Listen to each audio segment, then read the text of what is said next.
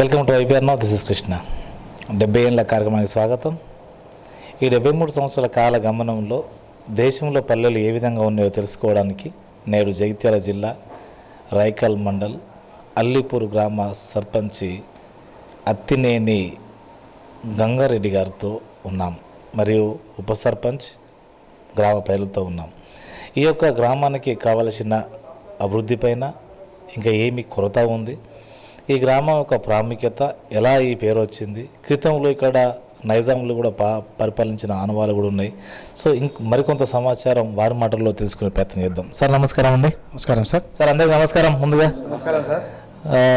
సర్పంచ్కి ఒక 8 మాసాలు అయిపోయింది. ఎంపీటీసీ కూడా ఈ వరకు ఉన్నారు, మాజీ ఎంపీటీసీ, ఇప్పుడు ప్రజెంట్ సర్పంచ్. అసలు సర్పంచ్గా కాగలిగితే ఒక ప్రతి సమస్యకు పరిష్కారం చూపెట్టవచ్చు, ఆ హోదా అలాంటిదని అనుకోవచ్చా? సర్పంచ్ అనేది సార్ గ్రామం లోపల ఒక ప్రథమ పౌరుడు సార్. వారు అడిగిన సమస్యలు తీర్చుకుంటూ, వాళ్ళకు అందుబాటులో ఉండుకుంటూ, వాళ్ళ సమస్యలు తీర్చుతూ గ్రామాన్ని డెవలప్ చేయాలన్న ఆలోచనతో నేను సర్పంచ్గా పోటీ చేయడం జరిగింది సార్. ప్రజలకు దాదాపు 24 అవర్స్ అందుబాటులో వెలువలో ఉండి 12 ఉంటుంది సార్ అని మా అభిప్రాయం సార్. అంటే 24 అవర్స్ ఇందులో నేను లోకల్లో ఉంటాను కాబట్టి sir, any time sir 24 hours phone ఆన్లో ఉంటుంది, ఎప్పుడు ఫోన్ ఇస్తే అందుబాటులో ఉంటానని నా అభిప్రాయం సార్. సరే, ఏదేమైనా కానీ అంటే సర్పంచ్ హోదా ఇప్పుడు కొంత 2018 చట్టం ప్రకారంగా కొద్దిగా తగ్గించారు అనేది ఒక బాధ్యత పెంచారు, కానీ తగ్గించారు, వీళ్ళ మీద ఆంక్షలు తీసుకునే చట్టం కూడా వచ్చింది అని కూడా మాకున్న సమాచారం. మీరేమంటారు? అవును సార్, వాస్తవానికి గతంలో కన్నా ఇప్పుడు చూస్తే సార్ బాధ్యతలు చాలా పెంచారు. దాంతోపాటు కఠిన చర్యలు సైతం అంటారు సార్. వాస్తవం ముచ్చట. కాకపోతే చర్యలు ఉండవలసిందన్నా ఉండద్దా సార్? ఒకటి, నిజాయితీగా పనిచేసేవారు ఏ చర్యలకైనా భయపడాల్సిన పని లేదు సార్. ఎలాంటివైనా మనముక క్రమశిక్షణతోటి పనిచేసినట్టయితే ఎలాంటి శిక్షణలైనా దేనికైనా భయపడిన పని లేదు. పని చేసుకుంటూ పోయినట్టయితే మనకు ఇబ్బంది అనేది ఉండదు. ఒక సర్పంచులు పనిచేయకపోతే సర్పంచులు నిజాయితీగా ఉంటే వాళ్ళపైన చర్య తీసుకునే అవకాశం, అంటే అవినీతి చేసిన ఇంక రకరకాల ఉన్నది కదా. సరే, ఆ చట్టంలో ఏది మీ పైన చర్యలు తీసుకోవచ్చు అంటారో, ఒక సర్పంచ్ ఎందుకు ఏది నియోజకవర్గ స్థాయిలో ఒకవేళ ఎమ్మెల్యే కూడా గట్ల వేస్తే వాళ్ళు కూడా ఉండాలి కదా అనేది ఇంకొక ప్రశ్న. అవును సార్, వాస్తవం సార్. అంటే ఒక సర్పంచే కాకుండా ఇప్పుడు ఒక సర్పంచ్ మీద పెట్టడం అనేది కొంచెం సమస్య మన కాదు సార్. ఇప్పుడు ఎమ్మెల్యేలు ఉన్నారు, వాళ్ళు ఎవరైనా అందరి మీద ఈ రకంగానే ఉన్నట్టయితే డెవలప్ అయ్యడానికి మంచి కింద నుంచి పై దాకా ఒకటే చట్టం ఉండాలి. అంతే సార్, కింద నుంచి వెళ్ళి పై దాకా ఒకటే చట్టం ఉన్నట్టయితే అందరికీ మంచిగా ఉంటుంది సార్ అభిప్రాయం. ఇంకోటి, దానిలో భాగంగానే ఓసారి ఎస్సీ, ఓసారి బీసీ, ఓసారి ఓసీ ఇక్కడ ఏది రొటేట్ అవుతుంది. ఏది ఒక సర్పంచ్ ఎలక్షన్ కానీ, ఎంపీటీసీ కానీ, జడ్పీటీసీ కానీ, వార్డు నెంబర్ కానీ, ఎమ్మెల్యేలు కూడా అట్లనే అయితే బాగుంటుందేమో కదా. ఎందుకంటే ఒకేసారి అదేదో మొత్తం మీద వారసత్వంగా, లేకపోతే వాళ్ళకే ఏది ఉన్నట్టుగా ఒకే ఎమ్మెల్యే దాదాపు 4 దఫాలు, 5 దఫాలు, 6 దఫాలు అన్నది ఇది కరెక్ట్ కాదేమో. అవును సార్, ఇప్పుడు ఇది 10 years రిజర్వేషన్ పెట్టింది సార్. వాస్తవానికి అది శాతం ఆ రకంగానే చేసినట్టయితే కొత్త వారికి అవకాశం కల్పించినట్టు ఉంటుంది. అది వాస్తవం ముచ్చట సార్. కొత్త వారికి అవకాశం కల్పించి ఉంటుంది, ఆ కొత్త వారి ఆలోచనలు తీసుకొని మరింత ముందు అవకాశం ఉంటుంది కదా. అవును సార్, తప్పకుండా సార్, తప్పకుండా సార్. చట్టం రాబో కాలంలో అలాగే ఉండాలి అనుకో. అంతే సార్, రాగలంలో అట్లా ఉంటే బాగుంటుంది సార్, మా అభిప్రాయం. ఓకే, ఈ యొక్క గ్రామం విషయానికి వస్తే, సో ఈ గ్రామంలో సీసీ రోడ్ కానీ, డ్రైనేజ్ కానీ ఇంకా కావాల్సింది ఉన్నా అనుకోవచ్చా సార్? వాస్తవానికి సార్ చాలా ఉంది సార్. మాది పెద్ద విలేజ్ సార్, రాయకల్ మండలం లోపలనే పెద్ద విలేజ్ సార్. కాకపోతే ఏంటంటే మాకు అంతర్గత మరుగుదొడ్లు మన సార్ డ్రైనేజ్ కానీ, సీసీ రోడ్ కానీ చాలా ఉంది సార్ చేయాలని. కానీ కాకపోతే ఏంటంటే గతంలో సరైన వ్యవస్థ లేకనా, ఇప్పుడైతే మాకు ఒక వ్యవస్థ ఉన్నదో లేదో వెనక. సో ఏదేమైనా కానీ మొత్తం మీద ప్రతి దానిలో కూడా నిష్పత్తి ప్రకారం కూడా రావాల్సిన అవసరం ఉందా అనుకోవచ్చు కదా. అంతే కదా సార్, నిష్పత్తిగా అయితే సార్. ఇప్పుడు కార్మికులకైతే మాత్రం సార్ మా ఉద్దేశం ఏంటంటే తప్పకుండా వాళ్ళకి నేరుగానే అకౌంట్లోకి పోయినట్టయితే, సెంట్రల్ అయితే వాళ్ళ సార్ ఒక గవర్నమెంట్కి ఎంప్లాయీ ఏ రకంగా పోతుందో సాలరీ వాళ్ళు ఇస్తున్న ఆ రకంగా ఇట్లా పోయినట్టయితే మంచిగా ఉంటుంది సార్. ఈ 14th ఫైనాన్స్ అమౌంట్ కాకుండా అక్కడ నుండే రావాలి వాళ్ళకి అమౌంట్. సో ఇలాంటి స్టేట్ గవర్నమెంట్ ఎప్పుడైతే యాజ్ పర్ ఏది వాళ్ళ రూల్ ప్రకారంగా వాళ్ళకి 8,500 జీతం పెంచి ఏది ఇష్యూ చేశారో వాళ్ళ ఆ జీవో ప్రకారంగా స్టేట్ గవర్నమెంట్ ఇవ్వాల్సిన అవసరం అయితే ఉంది. సెంట్రల్ గవర్నమెంట్ నిధులకి వెళ్ళి వెళ్ళేది అనుకోవచ్చు. అంతే కదా సార్, స్టేట్ గవర్నమెంట్ అంతే కదంటే మా ఆలోచన మాత్రమే అయితే సార్. స్టేట్ గవర్నమెంట్ వాళ్ళు ఇవ్వాలని ఆలోచన సార్, అంతే సార్. ఓకే, సరే. ఈ గ్రామంలో దాదాపు ఇప్పుడు మేము అన్నట్టుగా పరిశుద్ధం ఎక్కువ ఉన్నది కాబట్టి, సో ఇక్కడ ఏది మన సీసీ రోడ్ కానీ, డ్రైనేజ్ కానీ ఇది ఇంకా ఎంత మేరకు కావాల్సిన అవసరం ఉంటుందేమో సార్. ఇప్పటికీ ఉంది సార్. మాకు ఒక మినిమం ఒక 6 కిలోమీటర్ల వరకు డ్రైనేజ్ ఉంది సార్. మ్యాక్సిమంగా సార్ ఇంకా దాదాపు 6-7 కిలోమీటర్ల మంది డ్రైనేజ్ చేసే అవకాశం ఉంది సార్. ఒక 50% అయిందని నేను అనుకుంటున్నాను. అయితే 50% కావాల్సిన అవసరం ఉంది. మ్యాక్సిమం నేను నా అభిప్రాయం సార్. ఇక్కడ ఏమైనా ఇంకుడు గుంతలకు ఏమైనా ప్రాధాన్యత ఇస్తున్నారా సార్? ఇంకుడు గుంతకి ఇస్తున్నాం సార్. కానీ గతం లోపల కట్టినట్టు కొన్ని డబ్బులు రాకపోయేసరికి ఇప్పుడు జనాలు ఏంటంటే కట్టుకోవడానికి దానికి కొంచెం వెనక ముందు అవుతుంది సార్. నేను అనుకుంటున్నాను సార్, ఒక 1 మంత్ తర్వాత తీసుకొని ప్రతి ఇంటికి ఇంకుడు గుంత కట్టిన ఆలోచన చేస్తున్నాం సార్. కానీ ఒకసారి జనాల నాడు ఎట్లా తెలుసుకున్న తర్వాత ఇంకుడు గుంతలకు ఆలోచన చేస్తున్నాం. కానీ కాకపోతే డ్రైనేజ్ ఇస్తాం. కొంతమంది ఏంటంటే మాకు డ్రైనేజ్ కట్టేయండి, డ్రైనేజ్ అయితే చేసుకుంటూ సీసీ రోడ్లు వేయాలని ఆలోచనతో ఉన్నాం సార్. ఇక్కడ మీకు ఈ అందరికీ మరుగుదొడ్లు ఉన్నట్టు కదా సార్? మ్యాక్సిమం ఉన్నాయి సార్. కానీ గతంలో కలెక్టర్ గారు ఓడిఎఫ్గా ప్రకటించడం వల్ల కొన్ని బిల్లులు రాకపోవడం జరిగింది సార్. ఇంకోటి కాకుండా కానీ ఏది ఓటీపీ ప్రకటించడం ఇది ఎంత ఇది మనం ఎట్లా చేసుకోవాలి, ఎంతవరకు కరెక్ట్ అనుకోవచ్చు? ఎందుకంటే అది కూడా మళ్ళీ కలెక్టర్ ఆధ్వర్యంలో జరిగిందంటే ఎట్లా అనుకోవచ్చు దీన్ని? అంటే ఇప్పుడు సార్ అది మనకు ఓడిఎఫ్ అప్పుడు నేను గతంలో ఎంపీటీసీగా ఉన్నాను సార్.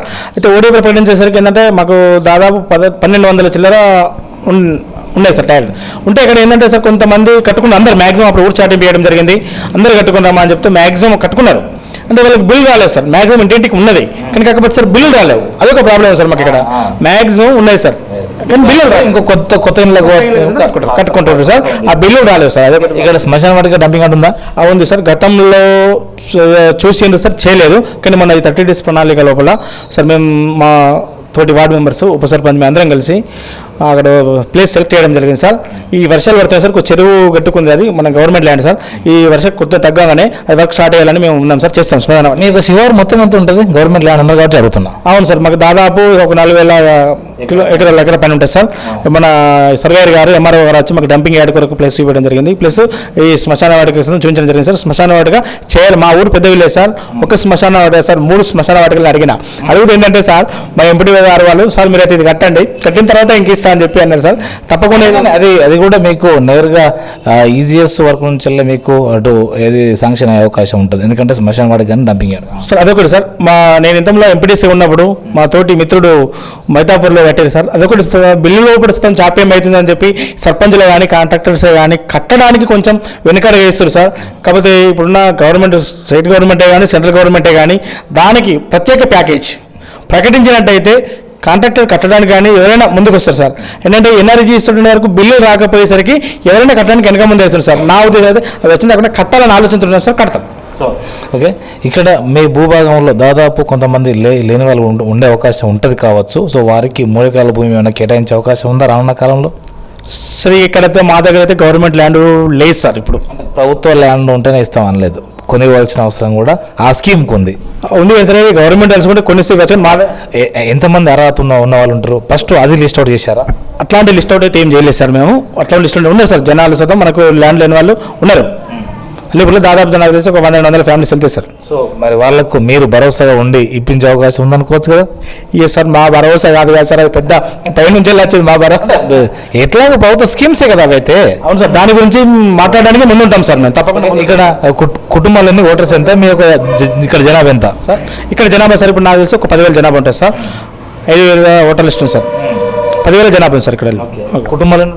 కుటుంబాలు సార్ 1,800 దాకా ఉంటాయి సార్. సో మరి ఈ 1,800కు మేజర్ గ్రామ పంచాయతీ ఉండే ఈ గ్రామానికి ఎన్ని డబుల్ బెడ్రూమ్ అయితే సరిపోయే అవకాశం ఉంది? మీరు ఇప్పటి వరకు డబుల్ బెడ్రూమ్కు అర్హత ఉన్న వాళ్ళు ఎంతమంది లెక్కేశారా? అట్లాంటివి అయితే లేదు సార్. గతంలో సార్ ఇక్కడ మాకు అల్లిపూర్ గ్రామం లోపల ఒకటి ఇంద్రమ్మ కాలనీ అని ఉంది సార్. గతంలో అయినా ఇంద్రమ్మ ఇండ్లు ఉన్నాయి సార్. మ్యాక్సిమం ఇప్పుడు మాకు తెలిసి సార్ ఇంకొక దాదాపు 300-400 ఇల్లు శాతం లేని వాళ్ళు ఉన్నారు. ఆ ఇల్లు లేని కొరకు సార్ గవర్నమెంట్ ఒక డబుల్ బెడ్రూమ్ వెళ్ళి మేము అప్లికేషన్ శాతం పెట్టుకున్నారు. కరెక్ట్ క్లాట్కి ఫిగర్ లేదు సార్ మా దగ్గర. కాకపోతే ఇంకొక 300 తప్పకుండా అవసరం పడతాయి సార్ ఇక్కడ. సో మరి గంగారెడ్డి హయాంలో దాదాపు అందరికీ ఇండ్లు వస్తాయని, సరే ఏవి రాకుండా ఇండ్లు వస్తాయని అనుకోవచ్చా? ఒకటి సార్, దాని మందుకు నేను దాని కొరకు సార్ ఎమ్మెల్యే గారి దృష్టికి కానీ మంత్రి గారి దృష్టికి కానీ తీసుకెళ్ళడానికి ముందున్నాను. మా గ్రామ ప్రజల పెట్టిన సార్ నేను ఆశిస్తున్నాను కానీ మ్యాక్సిమం సార్ వాళ్ళ దృష్టి తీసుకెళ్ళి అయ్యాలని కోరుకుంటున్నా. సో అంటే ఇక్కడ మీ యొక్క ఎమ్మెల్యే ఎవరు, మీ యొక్క ఎంపీ గారు ఎవరు? మీరు ఎమ్మెల్యే అందరూ కూడా అడుగుతున్నా. ఎమ్మెల్యే సంజయ్ కుమార్ సార్ గారు మాకు. ఎంపీ గారు అరవింద్ గారు, ధర్మపురి అరవింద్ గారు. సో మీదే పార్టీ వాళ్ళది ఏది మీకు అనుకూలం ఉన్న నా ఏది మీ నాయకుడు గారు? నేను ప్రజెంట్ సార్ కాంగ్రెస్లోనే ఉన్నాను సార్. మా ఎమ్మెల్సీ ఇప్పుడు మీకు ఎవరు లేరు అంటే ఎమ్మెల్సీ జీవన్ రెడ్డి గారు ఉన్నారు కదా సార్, ఎమ్మెల్సీ గారు ఉన్నారు కదా సార్ ఉండదు కాబట్టి ఎమ్మెల్సీ జీవన్ రెడ్డి గారు ఉన్నారు సార్. అయినా ఇంకొకటి సర్పంచ్ లెవెల్లో పార్టీ ఉండదు కదా ఏది అన్న దగ్గర అవకాశం అయితే మీకు ఉండదు కదా సార్. ఒకటి సర్పంచ్ అనే వ్యక్తి ఏ పార్టీ సింబల్ మీద గెలిచిన వ్యక్తి కాదు. కాబట్టి ఇంకొకటి రానున్న కాలంలో ఒకవేళ ఈ డబుల్ బెడ్రూమ్ కనుక ఒకవేళ ఇది ఇక్కడ ఏమైనా విఫలం అయితే యూనియన్ గవర్నమెంట్ అంటారు కదా, ఆ యూనియన్ గవర్నమెంట్ నుంచి వెళ్ళి ఎంపీ ఫండ్ నుంచి వెళ్ళి తప్పకుండా 2 నుంచి 2.5 లక్షల మధ్యలో ఒక గృహానికి ఇస్తున్నారు. అది ఆల్రెడీ ఎప్పుడో స్కీమ్ స్టార్ట్ అయింది. ఆ స్కీమ్తోనే కొంత అమౌంట్ ఇచ్చేసి డబుల్ బెడ్రూమ్ కట్టిస్తున్నారు అని కూడా కొంత వినికిడి. సరే అది అవుతుందా కాదా మనకు సంబంధం లేదు. నేరుగా ఎంపీ ఫండ్ నుంచి వెళ్ళినా కానీ డబుల్ బెడ్రూమ్ అంటే అక్కడ డబుల్ బెడ్రూమ్ అనరు, వాటిని గృహాలు అంటారు కాబట్టి సో ఆ గృహాలను తెప్పించి ఇక్కడ అర్హత ఉన్న వాళ్ళకి తెప్పించే అవకాశం ఉందనుకోవచ్చా సార్? అట్లా చెప్పారంటే సార్ 1 ఇల్లు 2 ఇల్లు 3 ఇల్లు ఇవ్వగలుగుతారు కదా సార్. మొత్తానికి అయితే 100లకు 50 అయితే ఎందుకు మీ వాటా ప్రకారం మీకు రావాల్సిందే కదా. అది యూనియన్ గవర్నమెంట్ ఏది మీకు శాంక్షన్ చేసిందే కదా. స్టేట్ గవర్నమెంట్ ఏం శాంక్షన్ చేసినా కానీ ఇప్పుడు ఒక్కసారి మనం ఆలోచిస్తాము. ఒక్కొక్క గ్రామానికి 100 ఇండ్లు ఎట్లా పోతున్నాయి, 400 ఇండ్లు ఏది మన ఏది ఎట్లా అంటే ఏ నిష్పత్తి ప్రకారం పోతున్నాయి. రాజ్యాంగం ప్రకారంగా మీకు ఉన్న రూల్స్ను మీరు కూడా ఉపయోగించుకుంటే వచ్చే అంటే ఒక్కొక్కసారి ఎక్కువ రాని మొత్తంలో హక్కు ప్రకారంగా పోతే అన్నా వచ్చే అవకాశం ఉంటుంది కదా. ఓకే సార్, తప్పకుండా అట్లా తప్పకుండా అట్లా ప్రజల పక్షాన ఉండి చేస్తాను సార్. తప్పకుండా ఏదైనా ఆలోచనలు ఉన్నాయి సార్ నేను. ఓకే సార్, ఇక్కడ మీకు ఇక్కడ రైతు సమస్యలు ఎలా ఉన్నాయి, రైతు బంధు ఏ విధంగా అందుతుంది ఇక్కడ? సార్ రైతు సమస్యలు సార్ ఒకటి మా మండలం లోపలనే పెద్ద మొత్తం తప్పులు జరిగింది రెవెన్యూ పరంగా సార్. అల్లిపూర్ గ్రామం లోపలనే పాస్బుక్లు రాని వాళ్ళు చాలామంది ఉన్నారు. చిన్న మిస్టేక్స్ ఇంకా ఉన్నాయి సార్, చాలా మట్టుకు ఉన్నాయి సార్. అంటే పెద్ద సమస్యలు దగ్గర మాకు గతంలో స్టార్టింగ్ ఎప్పుడైతే రైతు బంధు స్టార్ట్ అయిందో కొత్త పాస్బుక్లు ఎంటర్ అయినప్పుడు అప్పుడు మా దగ్గర దాదాపు అప్పుడు నేను ఎంపీటీసీ కాబట్టి 550 తప్పులని మ్యాక్సిమం డిక్లేర్ చేసిండ్రు. అప్పటి నుండి ఇప్పుడు నడుస్తూనే ఉంది సార్. కొంచెం ఇప్పుడున్న ఎంఆర్ఓ గారు కొంచెం సార్ చేస్తారు.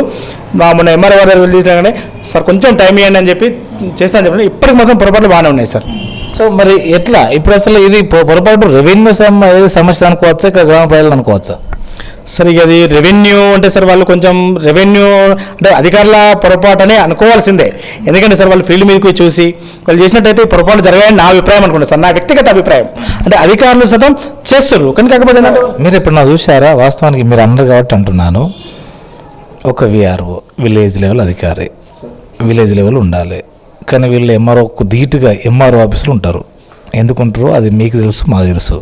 ఎందుకు ఉండద్దు అనేది అది ఎంఆర్ఓ ఆధ్వర్యంలో జరగాల్సిన అవసరం ఉంది. సరే అది తీసి పెడదాం. ఎప్పుడన్నా ఒక సుంకర్ని కానీ ఈ గ్రామ ప్రజలను పట్టుకొని పాని రాసేటప్పుడు పాత పాని కొత్త పాన్ అంటే పాత పాన్ చూసి కొత్త పాన్ కాకుండా ఇది నేను అనేది 2010 కన్నా ముందు చెప్తున్నాను. మీరు క్రితంలో ఎంపీటీసీ కాబట్టి చెప్తున్నాను. మొన్న 2011 నుంచి వెళ్ళేమో మీ వచ్చినాయి కదా. అంతకన్నా ముందు ప్రతి సంవత్సరము పాత పని చూసి కొత్త పని రాయకుండా ప్రతి సంవత్సరం సమస్య ఉన్నా లేకున్నా కానీ 1వ నెంబర్ సర్వే నెంబర్ నుంచి చివరి నెంబర్ సర్వే నెంబర్ వరకు వీళ్ళు పొయ్యి రాయంగా ఎప్పుడన్నా మీరు చూసారా? లేదు సార్, మాకేం అట్లాంటివి ఏం పోయారు, మేము పోకపోయాం సార్. తెలియదు, ఎప్పుడు వాళ్ళు చేయాల్సిన డ్యూటీకి అది 3 నెలల్లో గ్రామ సమస్యలు అది ఎన్ని వేల ఎకరాలున్నా కానీ అయిపోయే అవకాశం ఉంటుంది. సరే ఇంకొకటి సార్, ఈ తప్పులు జరగడానికి అప్పుడు ఒకటి ఏంటంటే సార్ ఈ 1 మంత్ లోపలనే డెడ్ లైన్ ఇప్పటి వరకు మొత్తం కంప్లీట్ కావాలి, అల్లీపూర్ ఈ విలేజ్ కంప్లీట్ కావాలి అని. ఇంకొకటి సార్ అధికారుల తొందరబాటుతనంతో మిస్టేక్ జరిగిన నేను అనుకుంటున్నాను సార్. ఒకటండి 30,000 పనులు కావాలి. 30,000 కావాలంటే వాళ్ళకి ఒక ప్రణాళిక ఉండాలి. ఈ అక్కడ ఉన్నటువంటి ఎక్స్టెంట్ ఎంత అంటే ఇప్పుడు దాదాపు సగం భూముల్లో సమస్యలు ఉంటే సగం భూములు ఉండవు. సగం భూములకైతే టకటక రాసుకొని పోడే కదా. సమస్యలు ఉన్నదానికి ఎవరైతే ఏదో ఫీల్డ్ మీద ఉంటున్నారో ఎవరైతే కబ్జాకుంటున్నారో అది రావాల్సిన అవసరం అయితే ఉందా లేదా? భూ ప్రక్షాళన వచ్చింది, భూ సర్వే వచ్చినాయి, అయినా 2 కూడా విఫలమైన అని కూడా అనుకోవచ్చు. ఎందుకంటే అయినా ఇంకా 2 సార్లు అంటే 2 సంవత్సరాలు 4 దఫాలుగా రైతు బంధు అందింది. ఈ అందరం వాళ్ళకి మాత్రం ఏమీ లేదు, అవునే కదా. అంటే 4 దఫాలు రైతు బంధు అందిన కానీ ఇంకా చివరికి అందలేదంటే దాని అర్థమైంది నిర్లక్ష్యం ఉందా అనుకోవచ్చా లేదనుకోవచ్చు? నిర్లక్ష్యమే సార్. దాని ఇది అందకపోవడం అనేది తప్పకుండా నిర్లక్ష్యమే సార్.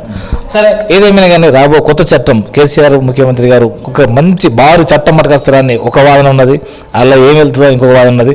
అవన్నీ మనకు అక్కర్లేదు. కానీ మనం ఇచ్చే సూచన చిన్నది ఏంటంటే ఆ చట్టంలో ఇలాంటి నిబంధన ఉంటే బాగుంటుందని నా అభిప్రాయము. సమస్య ఉన్నా లేకున్నా విఆర్ఓ విలేజ్ లెవెల్లో ఉంటూ ప్రతి survey number to survey number పోయి ఏ రైతు అది పంట నాటిన తర్వాత పోవాలి, ఏ పంట వేసిండు, ఎంత పంట వేసిండు అనే వివరాలతో కూడిన పాన్ రాసి గ్రామ సభ ఒకటి ఏర్పాటు చేసుకోవాలి. ప్రత్యేకంగా ఏది భూ సమస్యల గ్రామ సభ అని ఏర్పాటు చేసుకొని ఇలా కనుక చేసి ప్రతి సంవత్సరము వాళ్ళ పేరు చదివి గ్రామ సభ ఆమోదం తీసుకుంటే ఒక్క సమస్య కూడా ఉండదు అని మా అభిప్రాయం. అంతే కదా సార్. ఇప్పుడు మీరు అన్నట్టుగా సార్ గ్రామ సభ పెట్టినట్టయితే అక్కడ ఉన్న ప్రజాప్రతినిధులు, సర్పంచ్ కానీ, ఎంపీటీసీ కానీ, ఉప సర్పంచ్ గారు కానీ, వార్డు మెంబర్లు కానీ, ఇంకా పిఎస్సీ చైర్మన్ కానీ ఎవరైనా కానీ ప్రజలు తోడు గ్రామ సభ అంటే గ్రామ ప్రజలు సార్, వారందరి సమక్షం లోపల అది ఆమోదం పొందినట్టయితే తప్పులనే జరగకుండా ఉంటుంది సార్. ఎక్కడేం జరిగిందని చూసినట్టయితే అది వినిపిస్తారు కాబట్టి పొరపాటు అనేది జరగకుండా ఉంటుంది సార్. అది ఇంకొకటి, ఈ పాత శిస్తు ప్రకారం వస్తే నష్టం ఏంది? ఎందుకంటే ఎకనామికల్ కూడా సరే వాళ్ళకి 100 కట్టండి, 50 కట్టండి, వాళ్ళకు రసీదు ఉంటుంది, విఆర్ఓకు పని చెప్పినట్టు అవుతుంది, విఆర్ఓ జీతం కూడా వాళ్ళకి వెళ్ళే అవకాశం ఉంటుంది. అవును కదా? ఈ శిస్తు కడితే ఇప్పుడు ఎంఆర్ఓ ఆఫీసుకు 20 సార్లు పోయి ఎవరిలోకి మొత్తం మీద 50,000, 10,000, 5,000, 4,000 ఇచ్చే బదులు ప్రతి సంవత్సరం 150 శిస్తు కట్టింది అనుకోండి ఎకరానికి, ఏ నీళ్ళు లేకుండా మనకు రసీదు ఉండే అవకాశం ఉంటుంది కదా. ఈ సిస్టమ్ వస్తే బాగుంటుంది. మళ్ళీ బాగుంటుంది సార్, చాలా బాగుంటుంది సార్, మంచిగా ఉంటుంది సార్, బాగుంటుంది. సో అలా ఎకనామికల్ కూడా ఏది ప్రభుత్వానికి ఎకనామికల్ వస్తుంది, వాళ్ళు సేవ్ చేసేట్టు ఉంటుంది. అది కూడా విఆర్ఓనే ప్రతి ఒక్క సర్వే నెంబర్ మీద అయ్యా నీ భూమికి ఇది నీ ఒక ఏది అని చెప్పేసి వాళ్ళకు రసీదు ఇచ్చి డబ్బులు తీసుకొని రావాలి. ఇలా తీసుకొని వస్తే కూడా ఒక కేసు కూడా కోర్టు పోయే అవకాశం ఉండదు కదా. అవును సార్, అట్లా ఉంటే పోదు. సో రాబో కాలంలో ఆ చట్టంలో ఈ నిబంధన ఉంటే బాగుంటుంది అనుకోవచ్చా? తప్పకుండా సార్, బాగుంటుంది సార్. రైట్. ఇక్కడ ఒక 2 సెక్టర్ల మీద ప్రజలకు పూర్తి అపనమ్మకం ఉన్నది. ఒకటి వైద్యం, ఒకటి విద్య. విద్య ఏంటంటే ప్రభుత్వ ఉపాధ్యాయులే వాళ్ళ పిల్లలేమో ప్రైవేట్లో చదువుతారు కాబట్టి నా పిల్లవాడు ఎందుకు ప్రైవేట్లో చదవవద్దు అని కూలివాడు కూడా అనుకుంటాడు. నా పిల్లవాడు నా పని చేయొద్దని అంతే అనుకుంటాడు కదా. కాబట్టి రాబో కాలంలో ఎవరైనా కానీ ఇప్పటి నుండి ప్రభుత్వ స్కూల్లో చదివిన పిల్లలకు మాత్రమే ఉద్యోగాలు అని ఒక చట్టం పట్టుకొస్తే అందరూ అధికారులు కూడా మళ్ళీ గవర్నమెంట్ స్కూల్ పంపే అవకాశం ఉంటుంది కదా. తప్పకుండా సార్, ఉంటాయి సార్. నా అభిప్రాయం మట్టుకైతే సార్ ఒక్కప్పటి ఉన్న సార్ గవర్నమెంట్ స్కూళ్ళకి ఇప్పుడు చాలా తేడా ఉంది సార్. అంటే ఏంటంటే ఒక టీచర్ కావాలంటే సార్ ఒక 3 టెస్టులు 4 టెస్టులు క్వాలిఫైడ్ కావాలి సార్. ఇప్పుడు మామూలుగా ప్రైవేట్ స్కూల్లో చెప్పే ఉపాధ్యాయుడు 10th ఇంటర్మీడియట్ డిగ్రీ ఫెయిల్ అయిన వాళ్ళు లేకుండా అందులో ఉంటారు. కాబట్టి ఒక మంచి టీచర్ ఏదంటే సార్ మన బావి నది లోపల ఒక రౌతు ఇట్లా రాకుండా వచ్చి ఎంత నీట్గా అవుతుందో ఒక ఉపాధ్యాయుడు అట్లా వస్తాడు. కాబట్టి గవర్నమెంట్ స్కూల్లో చదువుకున్న విద్యార్థి మంచి యాక్టివ్గా ఉంటాడు, అన్ని విధాలు ఉంటాడు. ప్రైవేట్ స్కూల్లో చదువుకున్న విద్యార్థి కొంచెం ఏంటంటే బావిలో ఉన్న కప్పల వాళ్ళకు బట్టి సిస్టమ్ ద్వారానే ఇదవుతుంది. గవర్నమెంట్ స్కూల్లో ఉన్న పిల్లవాడు మాత్రం మంచి యాక్టివ్ అన్ని విధాలు ఉంటాడని నా అభిప్రాయం సార్. మీ అభిప్రాయము. కానీ ఎవరైతే విద్యావంతులు ఏదైతే మొత్తం మీద సంవత్సరం నుంచి వచ్చారో రాకి వచ్చారో గీవీళ్ళు ఇంటర్మీడియట్లో డిగ్రీలో గీవీళ్ళు నమ్ముతున్నారు అని అంటున్నాను. ఎందుకంటే వీళ్ళ పిల్లలు నాకు తోలుతుంటుంది. అర్థమైంది సార్. గవర్నమెంట్ ఎంప్లాయీస్ అయితే తప్పకుండా వాళ్ళ పిల్లల్ని ప్రైవేట్ స్కూల్కి పంపకుండా గవర్నమెంట్ స్కూల్కే పంపాలి సార్. గవర్నమెంట్ స్కూల్ అలాంటి చట్టాలు రావాల్సిన అవసరం ఉంది. వాళ్ళ సైతం ఆదర్శంగా ఉంటారు సార్ జనాలకు. ఒక టీచర్ కొడుకు మళ్ళీ గవర్నమెంట్ స్కూల్కే పోతుందంటే వేరే ప్రజల సైతం వాళ్ళకు అవగాహన అనేది ఉంటుంది సార్. తప్పకుండా పంపించాలి. దీన్ని చట్టం వస్తే తప్ప మరో మార్గం లేదని నా అభిప్రాయం. అంతే సార్, తప్పకుండా చట్టం తీసుకురావాలి సార్. ఇంకోటి, ఈ వైద్య ప్రకారంగా బడ్జెట్ అది ఏ ప్రభుత్వం కానీ 1,000 లక్షల కోట్ల బడ్జెట్ ఏమో కేటాయిస్తుంది. అది దవాఖానే కావచ్చు, మిషనరీ కావచ్చు, రకరకాలు కావచ్చు.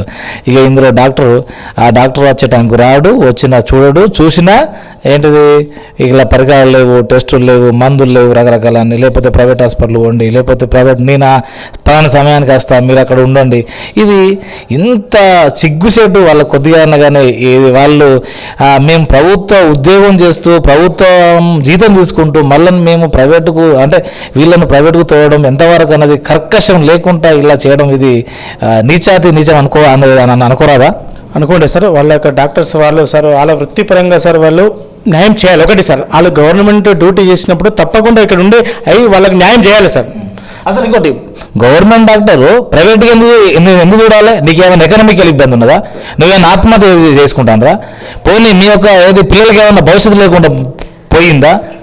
అవునా కాదా? అంతే కదా సార్, వాళ్ళు వాస్తవానికి గవర్నమెంట్ డ్యూటీ ఇచ్చినప్పుడు గవర్నమెంట్ డ్యూటీ ఇక్కడే ఉండాలి, అంతే సార్. సో పోలీస్ అంటే అంటే ఏంటంటే సేవ అంటేనే అంకిత భావంతో చేయాలి, లేదంటే నువ్వు ఆ వృత్తికి రాకు. నేను ఎవరన్నా రారా అని ఎవరన్నా బొట్టు పెడుతుండ్రా? లేదు కదా. సో లేకపోతే మీరు రాకపోతే మీరు ఒక ప్రైవేట్గానే ఆర్థికంగా ఇంకే వేయాలనుకుంటే పూర్తిగా ప్రైవేట్గా పోండి, గవర్నమెంట్ కూడా వస్తారు. ఏది ఆ వృత్తి ఎవరైతే చేయాలనుకుంటారో వాళ్ళే వస్తారు కదా. అంతే సార్, వాళ్ళే వస్తారు సార్. ఎందుకంటే చాలా మంది ఉన్నారు సార్, డాక్టర్ చేసిన వాళ్ళు క్వాలిఫైడ్ చాలా మంది ఉన్నారు. వీళ్ళు పక్క వాళ్ళకి అవకాశం కలుగుతుంది సార్. అంటే సరే, రాబో కాలంలో ఇలాంటి చట్టాలు రావాల్సిన అవసరం ఉందనుకోవచ్చు. తప్పకుండా సార్. రైతు బంధు 5-10 ఎకరాలకి ఇస్తే బాగుంటుందా? 3 ఎకరాల ఆయనకేమో 15,000 వస్తున్నాయి, 100 ఎకరాల ఆయనకేమో 5 లక్షలు వస్తున్నాయి. 5 లక్షల అతను భూమి కౌలుకి ఇవ్వడు, పైగా అతను వ్యవసాయం చేయడు, ఇంకో ఎకరం కొనే అవకాశం ఉంటుంది. పేదల పక్షాన పెట్టినటువంటి ఒక రైతు బంధు ఇది అంటే ఏంటి? రైతు బంధు అంటే రైతులకు బంధు కావాలి, కానీ రాబంధులకు బంధు అయింది ఇది. సో దీన్ని మనం ఎట్లా నేర్చుకోవచ్చు? కుదిస్తే బాగుంటుంది కదా సార్. రైతు బంధు అంటే సార్ మినిమము అంటే ఒక సామాన్య రైతు అని అంటే సార్ ఒక 5 ఎకరాలు, 5 ఎకరాల లోపు ఒక స్లాబ్ సిస్టమ్ మినిమం 5 ఎకరాలు అని పెట్టినట్టయితే అంటే కింది స్థాయి వాళ్ళకి న్యాయం జరుగుతుంది అనుకుంటున్నాం సార్. అనుకో అంతే. ఇప్పుడు ప్రతి వాళ్ళకి ఇప్పుడు ఎన్ని ఎకరాలు ఉంటుంది లిమిట్, ఇది సెంట్రల్ గవర్నమెంట్ ఆల్రెడీ పెట్టింది కదా, అవునే కదా. అట్లా ఏది మనం అట్లా పెట్టినా అయిపోయి కదా, 2 కోట్ల ఉన్నది అంతే, 10 ఎకరాలకి అంతే, అంతే సార్. అంతే ఒక స్లాబ్ సిస్టమ్ ఒక మినిమం ఒక 5 ఎకరాలు అట్లా అయితే మంచిగా ఉంటుంది. మా ఇప్పటికైనా ప్రభుత్వం ఆలోచించవలసిన అవసరం ఉండదు. మందే ఏది మొత్తం డబ్బులన్నీ ఏది ప్రజల చేతిలో పోయిన తర్వాత ఇప్పుడు బడ్జెట్ లేదు అని శాసనసభలో చెప్పడం, ఇది కాస్త విజ్ఞత కూడా వాళ్ళు ఆలోచించవలసిన అవసరం ఉందనుకోవచ్చు కదా. ఒకటి సార్, ఇప్పుడు ఆ స్లాబ్ సిస్టమ్ అనేది పెట్టినట్టయితే ఇక్కడ ఎందుకంటే ఒక 50 ఎకరాల ఉన్నవారు అంటే వాళ్ళకు భూస్వాములే, వాళ్ళకు అవసరం లేదు. అంటే కింది స్థాయి వాళ్ళు అంటే బిలో పావర్టీ వాళ్ళని బట్టి వాళ్ళకి ఇది కొంచెం సహాయపడుతుంది అన్న అభిప్రాయం సార్. అది సరే, ఈ యొక్క గ్రామానికి మీరు ఎన్నో సర్పంచ్ సార్? నేను 14వ సర్పంచ్ సార్. ఈ 14 అంటే 13 సర్పంచులకు మీకు తేడా ఉండబోతుంది అనుకోవచ్చా అభివృద్ధి విషయంలో? సార్ ఒకటి సార్, నేను ఉండాలని కోరుకుంటున్నాను, తప్పకుండా ఉండాలని చేస్తా అనుకుంటున్నాను సార్. మనకంటూ ఒక గుర్తింపు ఉండాలి, పలానా సర్పంచ్ అని ఉండాలని కోరుకుంటున్నాను సార్. ఉండాలని కోరుకుంటూ మా పాలక మండలి సభ్యులందరి సహకారంతో ఉన్న ఇక్కడ లోకల్ ఉన్న ప్రజలతోటి అందరితోటి అంకిత భావంతో మంచిగా ఉండి డెవలప్ చేయాలని కోరుకుంటున్నాను సార్. ఉప సర్పంచ్ గారు అవి మన అప్పటి నుంచి వెళ్ళి కాస్త బీరుపై చూస్తాడు, పర్వాలేదు. మీకు చెక్ పవర్ ఇచ్చి కాస్త మీ వేటు అంటే ఏది మీకు గౌరవం పెంచేది అనుకోవచ్చా? అనుకోవచ్చు. సో అంటే ఉప సర్పంచ్ చెక్ పవర్ ఇవ్వడం వల్ల మీ యొక్క అభిప్రాయం అంటే ఇంతకుముందు కొంచెం ఉప సర్పంచులు అనేది అదే హోదా ఇప్పుడు కొంచెం హోదా అనుకోవచ్చు. సో సర్పంచ్ గారికి గ్రామ తీర్మాన ప్రకారంగా మీ యొక్క పాలక మన వర్గానికి ఎప్పటికీ అందుబాటులో ఉండి మీ యొక్క సేవలు అందించే అవకాశం ఉందనుకోవచ్చా? ఉంది, తప్పకుండా. ఇంకొకటి, క్రితంలో ఎంపీటీసీ చేశారు, ఇప్పుడు సర్పంచ్, చాలా సంతోషం. సర్పంచ్ చేసి ఎంపీటీసీకి చాలామంది ఓరు అటు నుంచి వస్తారు, ఎందుకంటే ఎంపీటీసీ అనేది నా మాత్రం అంటే వాస్తవానికి ఇప్పటికైనా కానీ వాళ్ళని చురుకుగా చేయకుండా వాళ్ళకు కూడా ఏదో ఒక ప్రత్యేకంగా వాళ్ళకు కూడా వెయిట్ పెంచాలంటే, వాళ్ళకు బాధ్యత పెరగాలంటే వాళ్ళకు బడ్జెట్ పెట్టవలసిన అవసరం ఉందేమో. ఆ బడ్జెట్ పెడితే పలానా ఎంపీటీసీ అప్పుడు ఈ నిధులతోనే మేము ఇది చేసినామని కూడా పేరు ఉంటుంది, వాళ్ళకు కూడా కొంత బాధ్యత ఉంటుంది. ప్రభుత్వంలో మేము కూడా ఒక ఏది నాయకులం అని ఉంటుంది కదా, అలా చేస్తే బాగుంటుంది కదా. ఎందుకంటే మీరు క్రితం వారికి ఎంపీ ఏది మన ఎంపీటీసీ వచ్చి అడుగుతున్నాం. ఒకటి సార్, ఎంపీటీసీలు అనేటోళ్ళు సార్ ఇంతకుముందు గతంలో సార్ ఒక ఉత్సవ విగ్రహం లాగా మిగిలిపోయారు. వాళ్ళకి అసలు గ్రాంటే లేదు సార్. అసలు ఒకటి సార్, ఒకటి ఎలక్షన్ టైంలో వెళ్ళినప్పుడు నేను ఏరియాకి గిది చేస్తా, ఈ ఏరియా గిది చేస్తాను హామీలు ఇస్తారు సార్. నేను ఆ గతంలో ఎంపీటీ ఉన్నాను సార్, నేను చాలా బాధ అనిపించింది సార్, ఎందుకు సార్ ఎంపీటీసీ గెలిచి వల్ల అని బాధ అనిపించింది, బాధపడుతుండేవాడిని. అయినా బాధపడకుండా ప్రజలకు అందుబాటులో ఉండాలి, సేవ ఆలోచన ఉన్నాను సార్. ఆ దాంతో నాకు ప్రజలు నన్ను ఆశీర్వదించారు సార్ సర్పంచ్గా. ఒకటి గతంలో సార్ నేను 5 ఏళ్ళు ఎంపీటీసీగా ఉన్నప్పుడు సార్ మా గ్రాంట్ అనేది ఏం రాలేదు సార్. తృప్తి లేదు సార్. ఇప్పుడు సర్పంచ్ తృప్తి ఉంది కదా. ఒకటి సార్, తృప్తి వండుకుంటూ పని చేయాలి, సేవ చేయాలి, బాధ్యత ఎంత సార్. ఇప్పుడు 30 పనులకి ఎంత విజయవంతంగా మీరు చేయడం జరిగిందనుకోవచ్చు సార్? అనుకుంటాం సార్, చేసినాం సార్. తప్పకుండా డ్రైనేజ్ వ్యవస్థ, శానిటేషన్ ఒకటి సార్, ఈ పాటుబడుల ఇండ్లు కొట్టడం కానీ సార్, ఒకటి శానిటేషన్ మీద స్పెషల్ కాంట్రాక్ట్ చేసినాం సార్. ఒకటి దోమల నివారణ కొరకు సార్ మేము అంతే పలటినని ఒక దోమల మందు దాదాపు ఒక 500 లీటర్లు నా ఆటుబులు ట్రాక్టర్ తోటి మొత్తం స్ప్రే అయిపోయింది సార్. మిషన్ తీసుకొచ్చారా మీరు? మాకు అందుబాటులో లేదు సార్, తీసుకోవాలని మనం తీర్మానం చేసినాం సార్. ఫాగ్ మిషన్ తీసుకుందాం అంటున్నాం సార్. దాంతోపాటు ఒకటి మాకు మేజర్ గ్రామ పంచాయతీ సార్, ఇప్పటివరకు ట్రాక్టర్ లేదు, ఒక ట్రాక్టర్ తీసుకుందాం ఆలోచనతో ఉన్నాం సార్. ఆ ట్రాక్టర్స్ అయితే మా 14th ఫైనాన్షియల్ తీసుకోమని చెప్తారు. ఇక్కడి ఏమన్నా క్రితంలో అంటే ఏది ఇక్కడి ఏమన్నా ఎన్ఆర్ఎస్ లేరా? ఎన్ఆర్ఎస్ ఉన్నారు కానీ సార్ మేము వాళ్ళని సంప్రదించలేము సార్ ఇప్పటివరకు. మరి ఇప్పటి నుంచి కొద్దిగా సంప్రదించే అవకాశం ఉందనుకుంటా సార్ సంప్రదిస్తాం. ఇక్కడ నుండి క్రితంలో ఏమన్నా విప్లవ పార్టీలో పనిచేసి అమరులైన వాళ్ళరా ఇక్కడ ఉండే అవకాశం ఉంటుంది? ఇంత పెద్ద గ్రామ పంచాయతీ అన్నప్పుడు తప్పకుండా ఉన్నారు సార్. సో ఏమైనా లొంగిపోయి వాళ్ళని అనుకోవచ్చు? ఉన్నారు సార్. అటు వాళ్ళు ఉన్నారు, ఇటు వీళ్ళు ఉన్నారు. ఏమన్నా అంటే దళ కమాండర్ అయితే వెళ్ళారు అనుకోవచ్చు కదా? ఉన్నారు సార్. దళ కమాండర్ కూడా ఉన్నారా? ఏమన్నా పేరు చెప్పే అవకాశం ఉంటే చెప్పండి. ఏమన్నా జిల్లా కమిటీ రామచంద్రం అల్లెస్ భీమన్ అని ఉన్నాడా? ఇప్పుడు యాక్టివ్గా ఉన్నాడు, విలేజ్ మంచిగా పనిచేస్తుండు. వాళ్ళు లొంగిపోయినప్పుడు వాళ్ళకి ఏమన్నా పారితోషికం ఇది చూసిందా? ఇప్పటివరకు అయితే ఇవ్వలేదు సార్. మీరు సర్పంచ్ ఉన్నారు కదా, కాస్త రెమ్యునరేషన్ తీసుకొచ్చే అవకాశం చేయడానికి నేను ముందుంటాను సార్. కానీ అది నా చేతిలో ఉండే పని కాదు కదా సార్. అది నేను తప్పకుండా రిప్రజెంట్ చేయడానికి వారికి తరఫున ముందుంటాను సార్. సో ఇక్కడి నుంచి ఏమన్నా వలసవాదులు ఉన్నారా? ఉన్నారు సార్. దుబాయ్ కానీ సార్ వాళ్ళకు ప్రత్యేక ప్యాకేజీ, వాళ్ళు అక్కడేం పని చేస్తారు అదే పని ఇక్కడ అంటే ఏంటి ఇక్కడ వాళ్ళకు స్వయం ఉపాధి కింద కొన్ని పథకాలు పెడితే బాగుంటుంది అనుకోవచ్చా? అనుకో సార్, బాగుంటుంది సార్. అట్లా ఉన్నట్టయితే వ్యక్తి వలస ఊరుగా సార్ ఇక్కడే పని చేసుకుంటాడు సార్. అందరికి భార్య పిల్లలకి అందరికి దూరం అక్కకు అన్నకు తమ అవును సార్, ఇక్కడ ఉంటారు సార్. అక్కడికి మన విలేజ్లో జరిగినట్టయితే ఆ ఫ్యామిలీ తోటి ఇక్కడ ఉంటాడు కాబట్టి మంచిగా ఉంటాడు. జిల్లా రాష్ట్ర స్థాయి అధికారులు ఎక్కడి నుంచి జిల్లా ఉన్నారు సార్. చీఫ్ కన్వీనర్ ఉంటారు సార్, రిటైర్మెంట్ చీఫ్. ఉమ్మడి ఆంధ్రప్రదేశ్ లోపలనే మన ఫారెస్ట్ ఫైర్ ఆఫీసర్ చీఫ్ కన్వర్వేటర్ బాలే ఎలక్ట్రిసిటీ డిపార్ట్మెంట్ లో ఉన్నారు సార్. ఉన్నారు సార్. వాళ్ళ సహకారం తీసుకోవచ్చు. ట్రాక్టర్ ఉన్నదండి, అది ట్రాక్టర్ తీసుకోవచ్చు సార్. వెళ్తాం సార్, వాళ్ళని సంప్రదిస్తాం సార్. వెళ్తాం సార్. ఎన్ఆర్ఎస్ సహకార సత్యం తీసుకుంటాం. ఏది ఇక్కడ నుంచి మీకు జిల్లా రాష్ట్ర స్థాయి నాయకులు ఉన్నారా? లేదు సార్, పొలిటికల్గా లేరు సార్. వాళ్ళు ఏమైనా ఎదుగుతా మీరు అనుకోవచ్చు సార్. అట్లా అంతా నాకేం లేదు సార్. ఒకటి చాలా సార్, ప్రజలు నమ్మకంతో ఆశీర్వాదం ఉన్నంత వరకు ఎంత దూరం పోతారా? ప్రజాసేవలు ఉంటా. ఏ పార్టీలో ఇంతవరకు పనిచేశారు మీరు? సార్ నేను స్టార్టింగ్ నుంచి వెళ్ళి ఇప్పటి వరకు కాంగ్రెస్లోనే ఉన్నాను సార్. ఇప్పుడు కూడా కాంగ్రెస్ ఏమన్నా ఇంకా మార్పు జరిగే అవకాశం ఉందా రాబోకాలం? ఒకటి సార్, ఇప్పుడు నేను ఇంతకుముందు ఎంపీటీసీ ఉన్నప్పుడు కాంగ్రెస్ సింబల్ తోటి గెలిచినాను. ఇప్పుడు ప్రజెంట్ సర్పంచ్ ఏ పార్టీ సింబల్ తోటి కాదు. ఊరు డెవలప్మెంట్ కొరకు అందరి దగ్గరికి ఎంపీ మన ఎంపీ గారి దగ్గరికి వెళ్తాను, ఎమ్మెల్యే గారి దగ్గరికి వెళ్తాను, మంత్రి గారికి వెళ్తాను, ఎమ్మెల్సీ గారి దగ్గరికి వెళ్తాను. ఎందుకంటే మీకు అనుకూలమైన అందరి దగ్గరికి వెళ్తాను. అందరి దగ్గర నిధులు తీసుకొచ్చి ఊరు డెవలప్ కావాలనుకుంటున్నాను సార్. సో ఇక్కడ ఈ గ్రామం నేను ఇందాక చెప్పిన కాకుండా ఉన్న కట్టడాలు కానీ అసలు ఈ గ్రామానికి పేరు ఎలా వచ్చింది? అల్లిపూర్ అని. ఇక్కడ సార్ మనకు గతంలో దేశాయి గారు అల్లిపుర్ అని అందరూ. అల్లిపుర్ అంటే సార్ మన ఉమ్మడి కరీంనగర్ జిల్లాలో 4-5 విలేజ్లు ఉన్నాయి అల్లిపురం. దీనికి ఒక పేరు దేశాయి గారు అల్లిపూర్ అంటేనే తెలుసు. ఇక్కడ కోటలు ఉండేవి సార్. కోట అని కందకం అనేది ఉండే. ఇప్పటికి సార్ మన ఇంటి పక్కన ఒక పెద్ద కందకం అనేది ఉంది. వాళ్ళు నైజాం వాళ్ళు అప్పుడు చేసినప్పుడు వాళ్ళు ఒక బుర్జు ఉండే.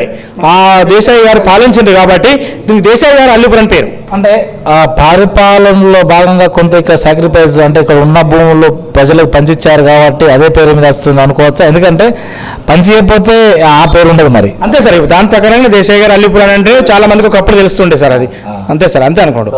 అంటే వాళ్ళ పేరు కలకాలం ఉన్నదంటే అందుకనే వాళ్ళు ఇలానే అంటే ఆ పేరు కూడా ఇలానే మీరు కూడా కొనసాగించుకోవాలి. అంతే సార్, అంతే అదే పేరు మీద అట్టే నడుస్తుంది సార్ అల్లిపూర్. సో రాబో కాలం అంటే మీరు రాబో కాలంలో మీ యొక్క గ్రామ ప్రజలకు మీరు ఇచ్చే సూచన సందేశం ఒకటి సార్. నేను సర్పంచ్ గెలిచినటి నుంచి ఇప్పటి వరకు సార్ ఎప్పుడైనా అంటే ప్రజలకు అందుబాటులో ఉంటూ డెవలప్మెంట్ లోపల సీసీ రోడ్స్ కానీ డ్రైనేజీలే కానీ ఇంకా ఇలాంటివి ఒక ప్రైమరీ హెల్త్ సెంటర్ సార్. ఇంత పెద్ద విలేజ్ ప్రైమరీ హెల్త్ సెంటర్ కొరకు ఎక్కడికైనా వెళ్ళి ప్రైమరీ హెల్త్ సెంటర్ చేయాలన్న కోరిక సార్. ఇక్కడ ఒక ప్రైమరీ హెల్త్ సెంటర్ కావాలి సార్. దానికి అంగన్వాడీ సెంటర్స్ ఉన్నాయి సార్, అన్ని ఉన్నాయి. అంగన్వాడీ సెంటర్స్ ఉన్నాయి. మీరు గ్రామ సభ పెట్టినప్పుడల్లా అందరూ అధికారులు వస్తున్నారా? సార్ సార్ గ్రామస్థాయి అధికారులు అందరూ వస్తారు సార్. సెక్రటరీ కొత్త పోతుల్లా సార్, కొత్తగా వచ్చారు సార్. సో సమయపాలనకు వస్తున్నాడా? వస్తుంది సార్, వస్తున్నా. మిగతా వాళ్ళు కూడా మీకు ట్రైనింగ్ ఇచ్చినప్పుడు 29 శాఖల అధికారులు మీ కంట్రోల్లో ఉంటారని అన్నారు కదా. సో వారు ఎప్పటికీ గ్రామ సభకు వస్తున్నారా లేదా? దాదాపు నాకు తెలిసి అయితే రారు. అందరు రారు సార్. మేము మాత్రం సార్ ప్రతి రాని వారికి మీ పైన చర్య తీసుకునే చట్టం ఎప్పుడు వచ్చిందో వాళ్ళకు కూడా నోటీస్ ఇవ్వాల్సిన అవసరం ఉందేమో సార్. మేము గతంలో మొన్న 30 days ప్లాన్ లోపలనే సార్ కొంత ఒక 5-6 అధికారులు రాలేదు సార్. రాకుండా సెక్రటరీ గారికి చెప్పి నోటీసులు ఇవ్వడం జరిగింది సార్. వాళ్ళ సైతం కఠినంగా మేము మాట్లాడి ప్రతి దానికి మాకు రావాల్సిందని చెప్పడం జరుగుతుంది సార్. ఓకే, ఈ పోలీస్ వ్యవస్థ ఎలా ఏది ఇక్కడ బాగా అంటే ఉత్సాహంగా పనిచేస్తుంది అనుకోవచ్చా? ఎలాంటి కేసులు కాకుండా కానీ మర్యాదపూర్వకంగా అంటే ఫ్రెండ్ పోలీస్ లాగానే ఉండడం ఇక్కడ? అంతే సార్, ఫ్రెండ్లీ పోలీస్ లాగానే ఉంటారు సార్, బాగానే ఉంటారు సార్. సో మిగతా శాఖలన్నీ పర్వాలేదా మీకు? అదే సార్, అన్నీ చేస్తున్నాయి సార్. మనం అందరితోటి మంచిగా వండుకుంటూ వాళ్ళతో పని చేయించుకోవాలని అదురుతున్నాం సార్. అందరూ బాగానే చేస్తారు సార్, చేపిస్తాం సార్. చేపిస్తారు. గ్రామ ప్రజలకు కూడా ఎప్పటికీ అందుబాటులో ఉంటారు. 12 hours సార్. మీరు 12 hours, నేను 24 hours అని చెప్తున్నాను సార్. ఎప్పుడు ఫోన్ చేసినా అందుబాటులో ఉండి రెస్పాండ్ అవుతానని చెప్తున్నాను సార్. మాకు సార్ ఒకటే, మాకు అల్లీపూర్ గ్రామానికి సార్ ఒక దాత సార్ 1 ఎకరం ల్యాండ్ ఇచ్చారు సార్ ఇక్కడ. అది కేవలం ప్రైమరీ హెల్త్ సెంటర్ సార్. వీళ్ళు 1 కోటిన్నర ఆస్తి సార్. అది మెయిన్ రోడ్డు పక్కన ఉంది. దయచేసి ఒకటే మాకు ఉన్న దాదా పేరు చెప్పండి. ₹1,00,00,000 అంటే మామూలుగా సార్ మాధవరావు అని సార్, రిటైర్డ్ ఎంఆర్ఓ అని సార్. ఇప్పుడు ఆ మాధవరావు గారు ఇచ్చారు సార్, వారికి హ్యాట్సప్ ధన్యవాదాలు చెప్తాను సార్. మా గ్రామ పక్షాన నేను మన రికార్డ్స్ అవన్నీ తీస్తుంటే దొరికింది సార్. అది మాధవరావు గారు ఇప్పుడు చాలా మంది కూడా ఎన్ఆర్ఐస్ కానీ ఇక్కడ ఈ గ్రామం నుంచి వెళ్ళి ఎవరైతే ఉద్యోగ రీతిలో ఉన్నారో, అది కూడా పై స్థాయి ఉద్యోగ రీతిలో ఉన్నారో, సో వాళ్ళకు ఒక అప్పీల్ కూడా అవునా కదా. ఎందుకంటే ఇలానే అంటే ఈయనకు ఉండి చేసిండా అట్లా అవని కావు. సో వాళ్ళ ఒక పుట్టి పెరిగిన గ్రామానికి రుణం తీసుకునే అవకాశం వచ్చింది కాబట్టి ఎంతో కొంత వాళ్ళకి కంట్రిబ్యూషన్ అవసరం అనుకోవచ్చు కదా. అంతే సార్, అనుకుంటే ఈ మాధవరావుని ఆదర్శంగా తీసుకొని వారసత్వం ఇవ్వాలని నేను కోరుకుంటున్నాను సార్. మాధవరావు అంటే వాళ్ళకు కొంతమందికి ఏది పడిన వాళ్ళకు గిట్టని వాళ్ళకు ఒక రకం ఉంటుంది కాబట్టి ఆదర్శంగా కాకుండా మీరన్నా ఆదర్శంగా ఉండండి. మేము సార్ వాళ్ళ దగ్గరికి వెళ్తాం సార్. వెళ్ళి మేము తప్పకుండా వాళ్ళకి సార్ మాకు సాయం, మా గ్రామానికి సాయం చేయమని అడుగుతాం సార్. తప్పకుండా ఉందండి సార్. ఇంకా ఏది రాబో కాలంలో మరింత ఏది విరాళాలు కూడా ఏది ఈ గ్రామానికి కావాల్సిన అవసరం ఉంది సార్. తప్ప సో ఇదండి జీవన్ రెడ్డి గారు ఇచ్చినటువంటి సందేశం. మా గ్రామ ప్రజల్లో నమ్మకం కొద్దీ గంగారెడ్డి గారు కదా. సో ఇదండి గంగారెడ్డి గారు ఇచ్చినటువంటి సందేశము. మా గ్రామ ప్రజల్లో నమ్మకం కొద్దీ అధికారం ఇచ్చారు కాబట్టి ఇది రెండో తప్ప 5 సంవత్సరాలు నేను ఉత్సాహ విగ్రహంలాగా ఉన్నా అప్పుడు అసంతృప్తిగా ఉండే, ఇప్పుడు మాత్రం తృప్తిగా ఉంది. గ్రామ ప్రజల సమస్యలు పరిష్కరించడంలో ఆ దిశగానే ప్రయాణం చేస్తూ ఉంటున్నారు. ఇందాక ఒక సుదీర్ఘ చర్చల్లో చాలా సమస్యలు బయటపడినాయి. అది రెవెన్యూ కావచ్చు, హెల్త్ కావచ్చు, విద్య కావచ్చు. అంటే ఇలాంటి చట్టాలు ప్రజలకు మేలు జరిగే చట్టాలు వస్తే మాత్రం తప్పకుండా గ్రామీణ సమస్యలు గ్రామంలో మాత్రమే పరిష్కారం అవుతాయి. అది జరిగిపోయిన సత్యం. కాబట్టి ఇలాంటి చట్టాలు ప్రజలకు అనుకూలమైన చట్టాలు అధికారులు ప్రజాప్రతినిధులు తీసుకొస్తారని కూడా ఆశిద్దాం. అదేవిధంగా ఏ గ్రామాన్ని డెవలప్ కావాలంటే తగిన బడ్జెట్ అవసరము. అంటే ఈ యొక్క గ్రామానికి ఒక ప్రణాళిక ప్రకారంగా ఎంతైతే బడ్జెట్ అవసరమో అంత బడ్జెట్ రానున్న 4 సంవత్సరాల కాలంలో కేటాయించి గ్రామ సర్పంచ్ పాలక వర్గం ద్వారా పూర్తిగా ఈ గ్రామాన్ని అభివృద్ధి చేయాల్సిన అవసరం ఉందని IBR బలంగా నమ్ముతుంది. అదేవిధంగా 73వ ఇండిపెండెంట్ డే మొన్న గంగారెడ్డి గారు ఉత్సవం జరుపుకున్నారు. జెండా ఎగురవేశారు, జాతీయ పథకం. అంటే ఇక్కడ ఉన్నటువంటి దాదాపు వీరికి వీళ్ళ తల్లిదండ్రులకే ఉద్యోగాలు రావాలి. ఎందుకంటే ఇప్పుడు 73 సంవత్సరాలు 2 తరాలు పోయినాయి. అయినప్పటికీ కూడా ఇంకా ఎంప్లాయ్మెంట్ ఇప్పటికీ ఇక్కడ కూడా వలసవాదులు ఉన్నారంటే మనం ఆశ్చర్యపోవాల్సిన అవసరం ఉంది. ఇంకా కూడా గూనకప్పటి ఇల్లు కాకుండా కుమ్మరి గూన ఇండ్లు కూడా ఉన్నాయంటే ఈ 73 సంవత్సరాల కాలంలో మనం ఎక్కడున్నాం? ఇది సో ప్రభుత్వాలకు ప్రశ్నగా మిగిలిపోకుండా ఇప్పటికైనా స్పందించి ఈ 73 సంవత్సరాల్లో ఎప్పటికీ భారతదేశం అభివృద్ధి చెందుతున్న దేశమేనా, ఇక చెందే దేశం కాదా, ఏ దేశంకైనా కానీ 30 సంవత్సరాల లోపు వెల్ డెవలప్మెంట్ కావాల్సిన అవసరం ఉన్నది ఇండిపెండెంట్ వచ్చిన తర్వాత. కానీ ఇక్కడ 73 సంవత్సరాలు వచ్చింది. అది ఆ పార్టీ ఈ పార్టీ మనకు సంబంధం లేకుండా ఇప్పటికైనా కానీ ఈ యొక్క గ్రామ స్థాయిని అంటే గ్రామాల్లో ఉన్నటువంటి ప్రజలను ఆర్థికంగా అభివృద్ధి చేయాలంటే తప్పకుండా తగిన పథకాల ద్వారా వీళ్ళని బలోపేతం చేయాల్సిన అవసరం ఉన్నది. అలాంటి పథకాలు రావాల్సిన అవసరం ఉన్నది. ఇక్కడ వలసవాదులు లేకుండా గ్రామంలో స్వచ్ఛ అంటే వీళ్ళు ప్రశాంతంగా నివసించే విధంగా పథకాలు తీసుకురావాల్సిన అవసరం ఉన్నది. అలా చేస్తారని కూడా ఆశిద్దాం. Thank you. మరొక కార్యక్రమంలో మరొక సర్పంచ్తో కలుసుకుందాం. అంతా సెలవు. నమస్కారం సార్. GSR హాస్పిటల్స్ హైదరాబాద్ లో గ్రహణం మురికి ఉచిత ఆపరేషన్లు చేయబడును. దాదాపు 30,000 నుంచి 40,000 రూపాయల వరకు ఖర్చయ్యే ఈ ఆపరేషన్లు ఉచితంగా చేయబడును. గమనిక: చికిత్సకు వచ్చువారు 3 రోజులకు సరిపడా దుస్తులు తెచ్చుకోగలరు. వివరాలకు GSR institute of facial plastic surgery, Saidabad, Hyderabad.